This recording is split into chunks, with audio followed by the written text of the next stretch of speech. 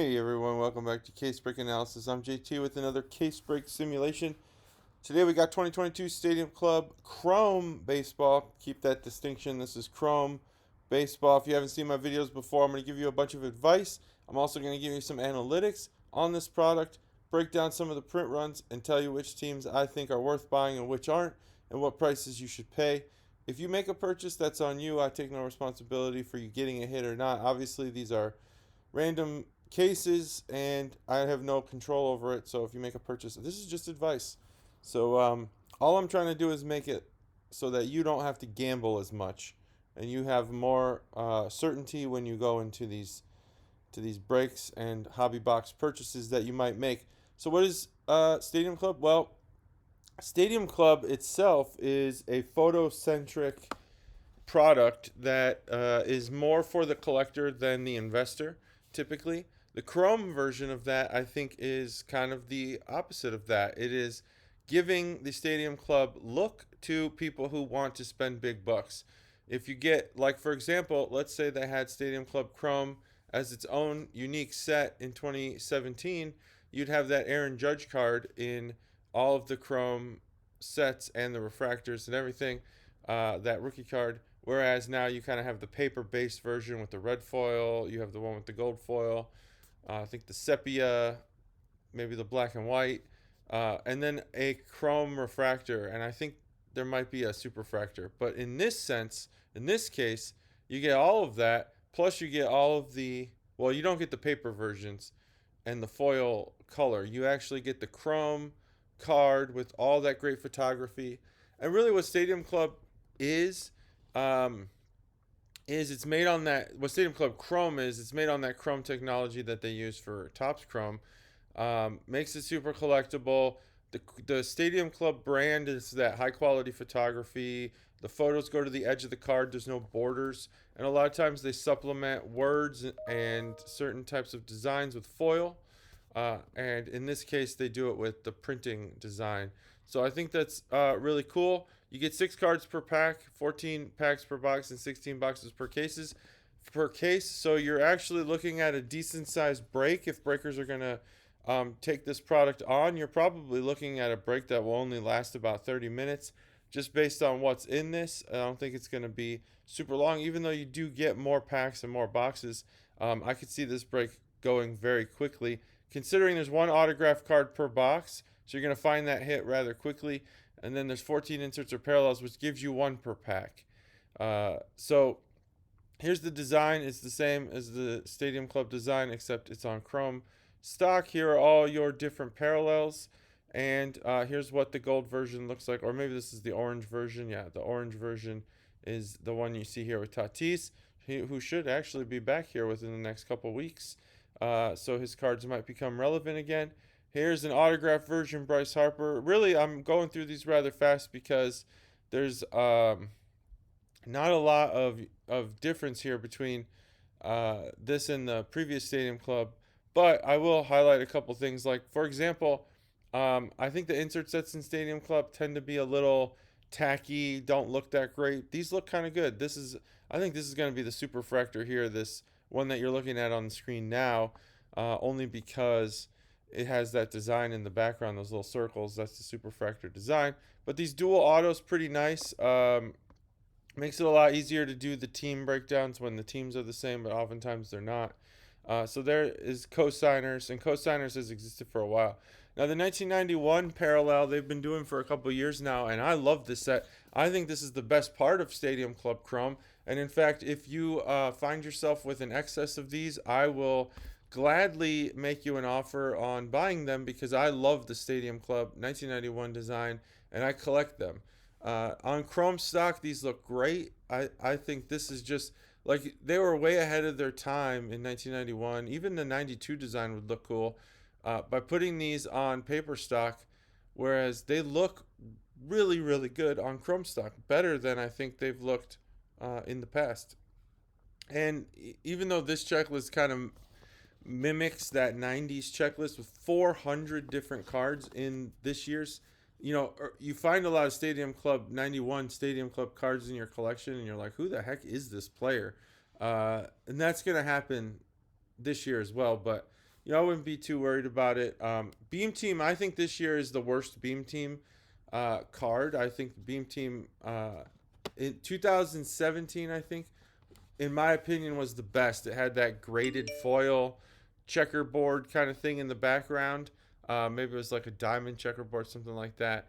And I think that design would have looked phenomenal on a chrome stock. But this year, I mean, it's fine. It's got a lot of color, so it's kind of wild. It gives you that perspective from kind of the wild 90s. Sorry for all the noises that my computer's making.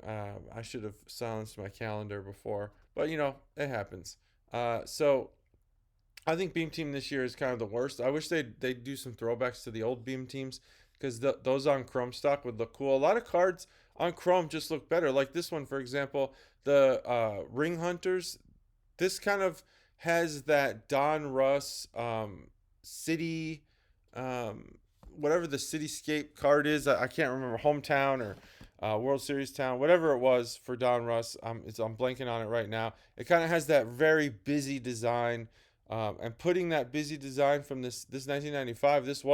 This Trophy Hunters was an actual card, and I think it was 95 when they switched. If you could see in the bottom here from putting Top Stadium Club on the cards to TSC, and it kind of became its own brand in a sense.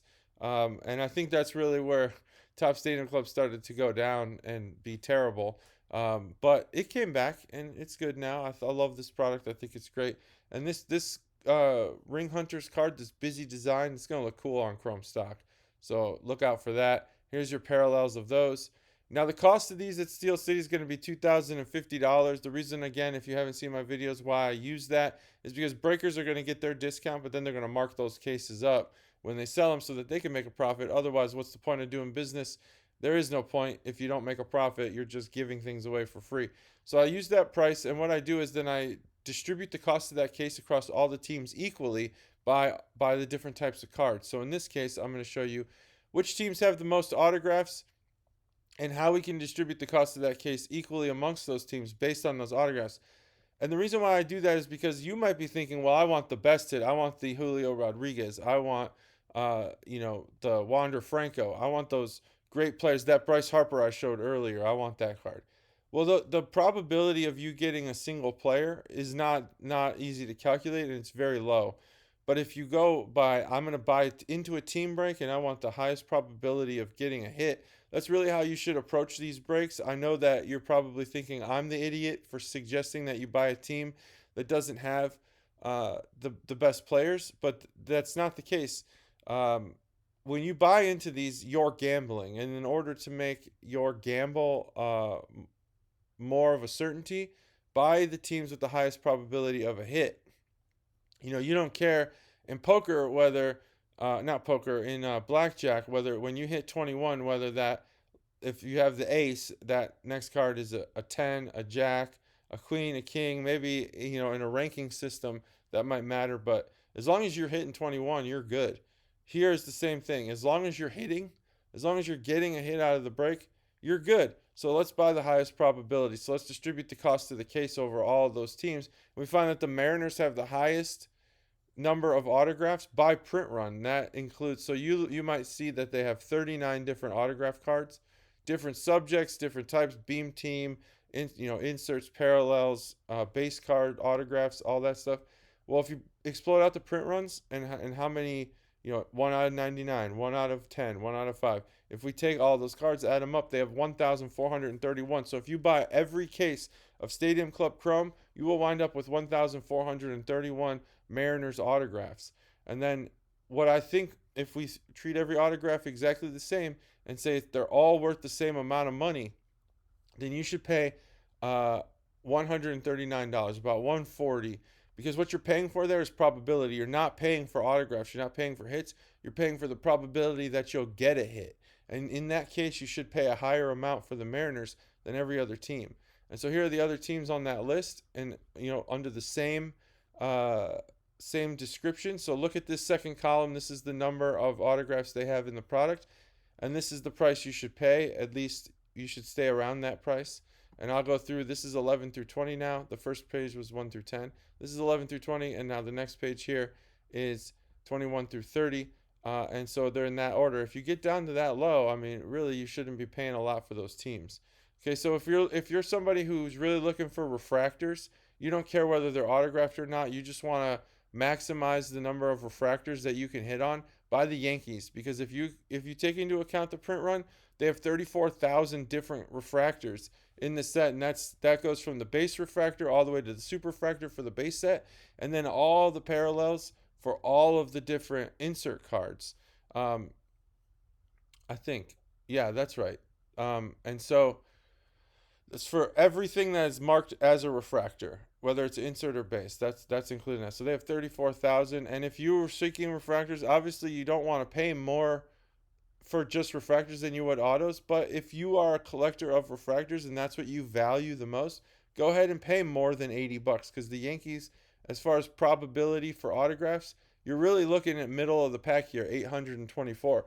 But as far as getting hits and getting cards sent to your house from that break, you're talking about a high probability of getting a hit. 34,000. Remember, there's 14 parallels or inserts per box. There's only one autograph, so your probability of hitting on a Yankees card is much, much higher. So there's that. There's 1 through 10 on the refractors. Remember, this column here is the number they have in all cases, and this is the price you might want to stay around to pay.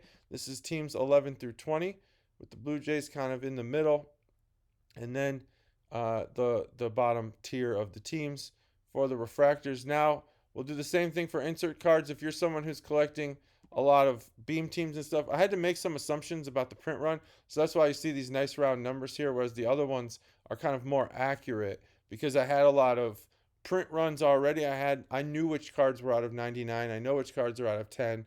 Whereas with the inserts, it's hard to tell. But what I did was I calculated what I think is the number of cases that they're going to produce, and then I just extrapolated that out to how many insert cards could possibly be in the set. Um, and so you should have, the Padres with the most. I would not pay this, because again, this number does not include refractors. So avoid this price number. But if you're looking for insert cards, go with the Padres, the Dodgers, the Tigers, Braves. You should be okay. I'm not really going to go through all the teams there, because really what you're looking for are autos and refractors. Now you're also thinking, hey, dude, you just told me what to pay by equal, but some of these teams, even though the argument is made that you're paying for probability, some of these teams do have better checklists. Well, I'm actually going to calculate that for you too. I've developed an algorithm that ranks the checklist 1 through 5. 1 and 2 meaning that the player, I do this by individual player, then I aggregate them by team. So what you're getting is a team score, but I actually do this at the player level. So a 1 or a 2 means that player either will sell at a loss or might not sell at all. There's no interest in that player. If we're looking for research online, and how many people are searching for their sports cards and memorabilia, a 1 or a 2 means that player is just not popular. A 4 or a 5 means that they are popular. Many, many searches are happening. Many purchases are happening of their sports cards and memorabilia, and that player is very popular. A 4 means you're probably going to sell at a profit at an average amount of time. A 5 means you're going to post it. It'll probably sell either in the first auction period or right away, if it's a buy it now, or and you'll make a higher profit. So someone like Julio Rodriguez, someone like Ohtani or Trout would be a 5. A 4 might be somebody like, what would be a good example of a 4? Maybe someone like Anthony Rizzo, who is going to sell to a few niche markets. Cubs fans, especially those who collect World Series Cubs, and Yankees fans, obviously, who collect current Yankees. Anthony Rizzo will be profitable there, but he might take a little longer to sell. So that's a good example there. 68% of this checklist are 4 or 5. That's very high. That's super high, because this product is not actually considered a high-end product. Remember, this isn't Topps Transcendent. This is Stadium Club. Just because it's a Chrome version doesn't elevate it any higher to a premium product. 68% of the autograph checklist falling in a 4 or 5. And when I do this, just so you guys are aware, total transparency, it's an equal scale for every product. So if a player's popularity rises and falls, he falls in the category he does. I don't change the thresholds for which a player falls in a 4 or a 5. It's the same. So this being a 68, this is against all other products. I have not seen a product that high at this tier of product being like a mid-tier product. This is a very good checklist for autographs. My personal favorite highlights here are going to be the inserts and the 91 throwbacks. Again, if you collect the throwbacks and you have extras, let me know. Overall, this product's going to get a 4.2 out of 5. That's a very high score, especially for this tier of product. Like I said, Stadium Club is not high end. A 4.2 is very good. Most of the products we're seeing are going to be in the threes. And this is another metric that's quantified on the same scale. So this is not my opinion, this 4.2. This is just a score that I've developed over time that gives all these products a ranking. This is very good. So I would be kind of in the buy category on this one. So if you're looking for product strength by checklist for just the autographs, players who have more 4s than 5, or teams which have more 4 or 5 players, and this is very important here, also the number of cards they have are more than other teams. So this includes both player popularity and print run. That is super important because it's not just saying, well, the Seattle Mariners have Julio Rodriguez, so that means that they're the best team. No, that means they have Julio Rodriguez, they have Griffey. I think there might be Randy Johnson in this, and those players signed more cards than all the other, teams or guys.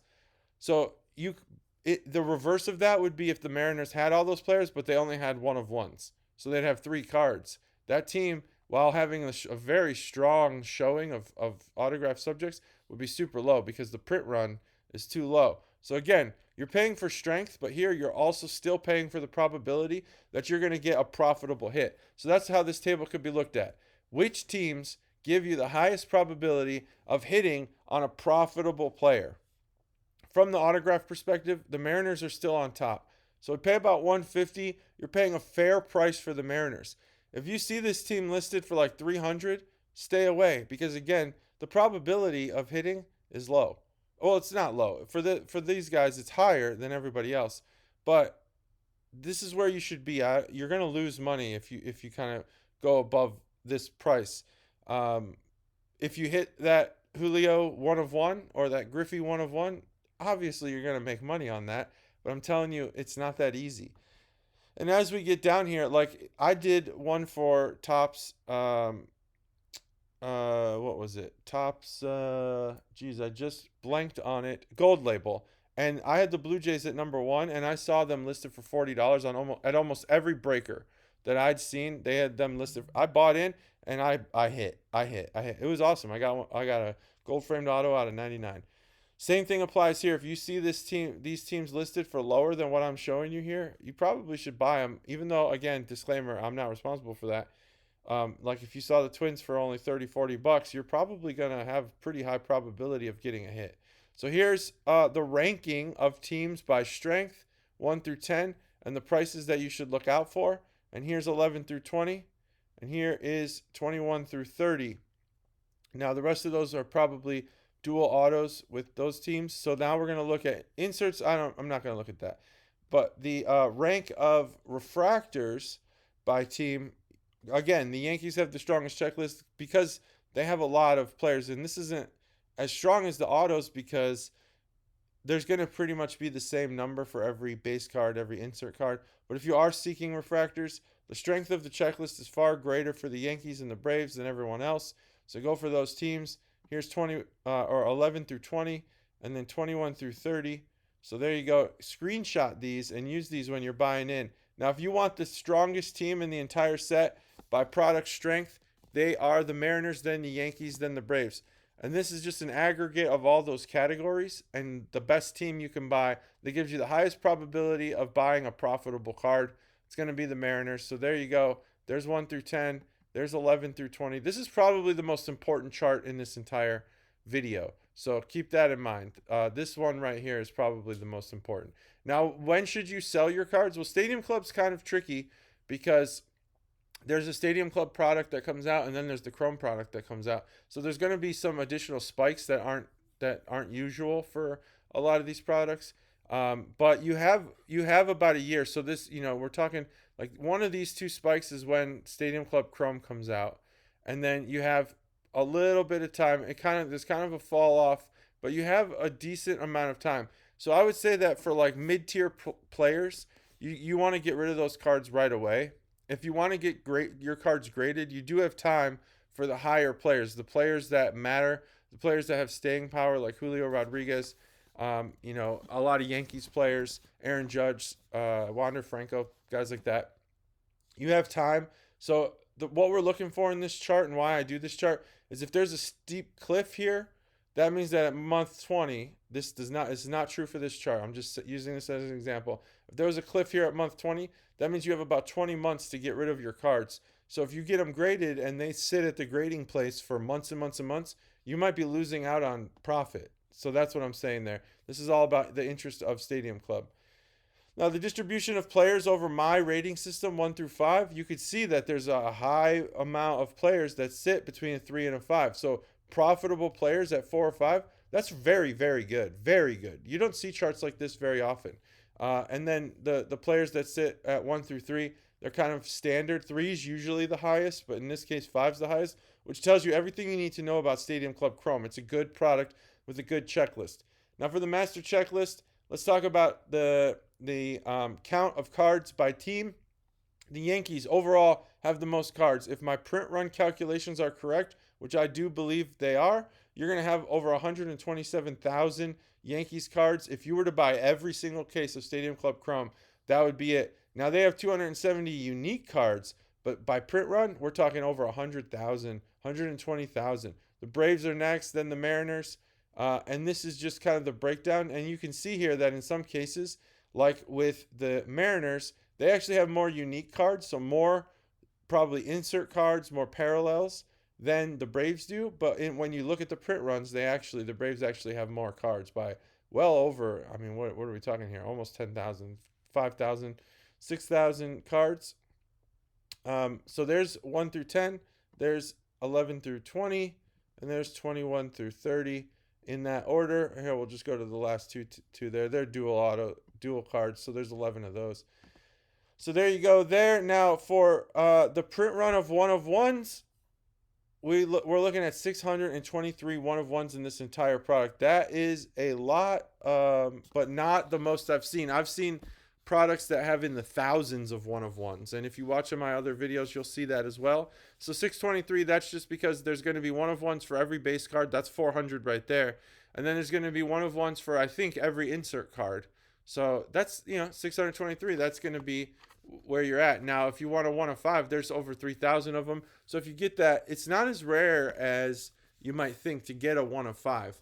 Even though you might get a player that's kind of a scrub, hey, you got a card that's not that rare. Now, if you get a 1 of 10, now we're talking about a rarer card. I know that sounds crazy, but there's only 80 1 of 10s in the entire Stadium Club Chrome. So if you got every case and you stacked up all your cards by print run, you'd have 623 1 of 1s, but you'd only have 80 1 of 10s, which means that's the rarest print run in the entire set. I don't know if you care about that, but I do. So that's why you're hearing it. Now, if you want the teams by print run, the teams with the most 1 of 1s are the Yankees, Mariners, Braves, Dodgers, Phillies. And we'll go through those teams real quick. There's 1 through 10. There is 11 through 20. And there's 21 through 30 on print runs for 1 of 1s. There they are. And now if we want to go by, let's see, card types and quantities. If you want to know what's the rarest card in this entire set, it's going to be the Cosigner's Autograph Superfractor. While they're 1 of 1s, there are 8 of them. There's 8 1 of 1s. So keep that in mind. Now, the Lone Star signatures, those are also 1 of 1s. There are 12. And you can kind of read through this chart till you get to there. Now, there's this base auto superfractor, and there's 87 of them. Those are 1 of 1s. There are less Lone Star signature red refractors. So that's why I show this chart, to show you, hey, if you get a hit, a base auto superfractor, you're getting a super rare card, no doubt about it. But you're getting one that's not as rare as even a 1 of 10 or a 1 of 5. That's what I'm showing you there. Now, I do simulate these case breaks. I use the pack odds, the print runs. I use all of the stated configurations, the 14 inserts or parallels, the 1 auto per box. And then I simulate 20 case breaks. This is case number 20. These are the cards I got. The lowest print run card I got in my and case break number 20 was 25. So that means what that's showing you is that not all case breaks will result in a 1 of 1 being pulled, and not all of those low print run cards are going to be autographed. So there's that simulated case, and it doesn't really matter what's there. I'll show you some of the significant hits, but let's see when we simulate this, and this is a realistic example of how Topps' collation process might feed into case configuration. And that's important because when you buy into these breaks, this is probably the most important thing you need to know. Even though the Yankees have the most cards in Topps Stadium Club Chrome, when I did my case break simulation, I got 75 Braves cards, 73 Mariners, 65 Dodgers, then 61 Yankees. So even though the Yankees are the top team by card print run, they were the fourth team that I got in that case. So that's important when you do these and you're like, why didn't I get what I thought I was going to get because I thought the Yankees had the most cards? Well, sometimes that doesn't happen. And here's the teams that I got the least cards from: the Rangers, Diamondbacks, Rays. So take your screenshots and remember that these are the teams with the most in a realistic case break simulation. Again, in case number 20, I got no 1 of 1. So that's what this table's for, 1 of 1s. And notable inserts, parallels, autos. I did get a 91 Stadium Club autograph of Fernando Tatis Jr., which I do hope he has a turnaround year after the suspension, because then his cards will be worth a lot more. Got it. Jonathan India. Got this Jeremy Pena orange refractor auto. That's pretty cool. And here's some of the other ones. This is, again, just in the simulation. There's a Julio Rodriguez Dynasty and Destiny orange refractor. Not an auto, but still significant low print run card. This Arozarena after that Mexico performance in the World Baseball Classic. It would be nice to have that base autograph gold refractor. So there are the simulated results from that. Now, if we look at all 20 cases, I got 5 1 of 1s. So what this tells you is it would take you 20 cases to get 5 1 of 1s, which, what is that? 4 cases. 1 of 1 every 4 cases.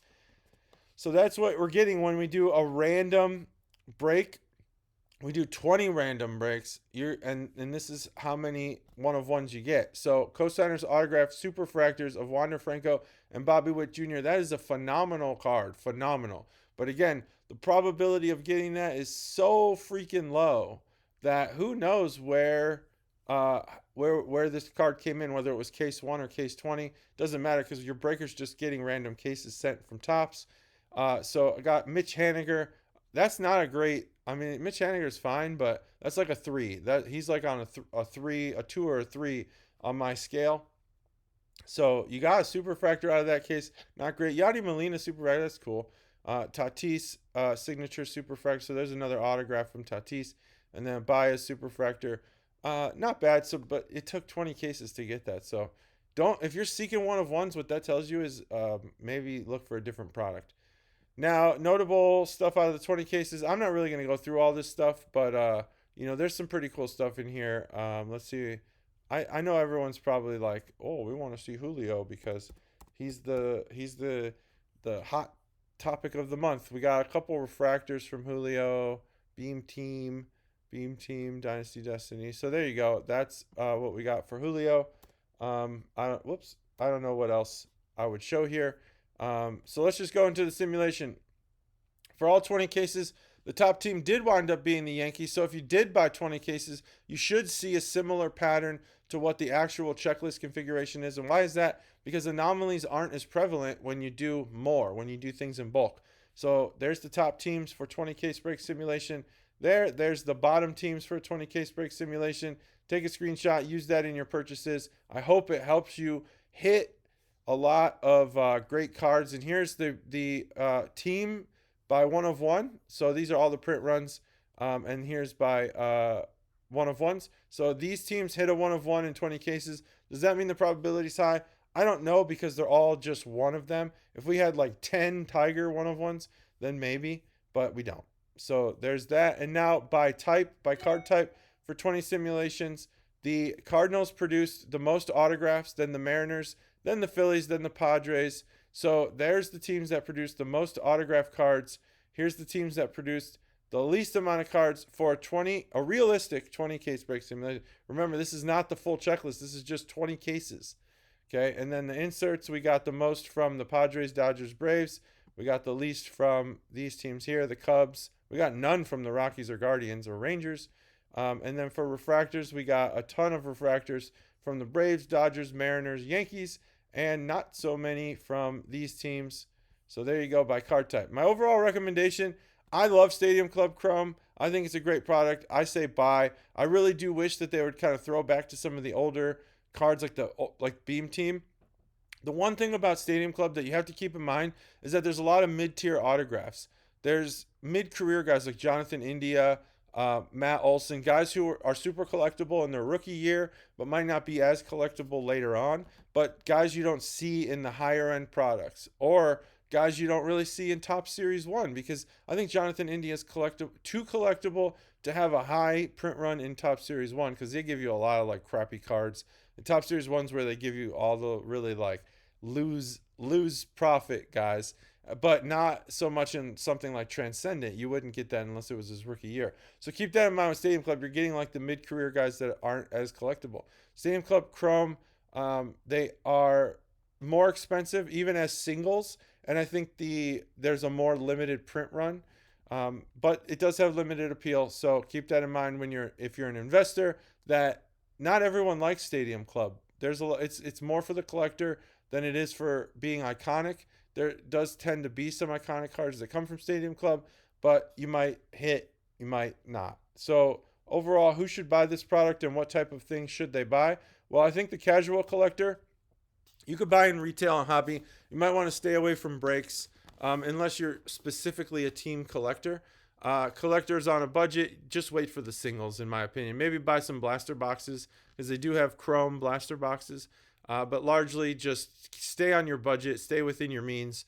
People who are grade fanatics, buy singles and buy into breaks. You might get lucky. You probably have the money to spare. Hobby boxes might give you a lot of junk. And I know people who get a lot of cards graded don't particularly like having junk.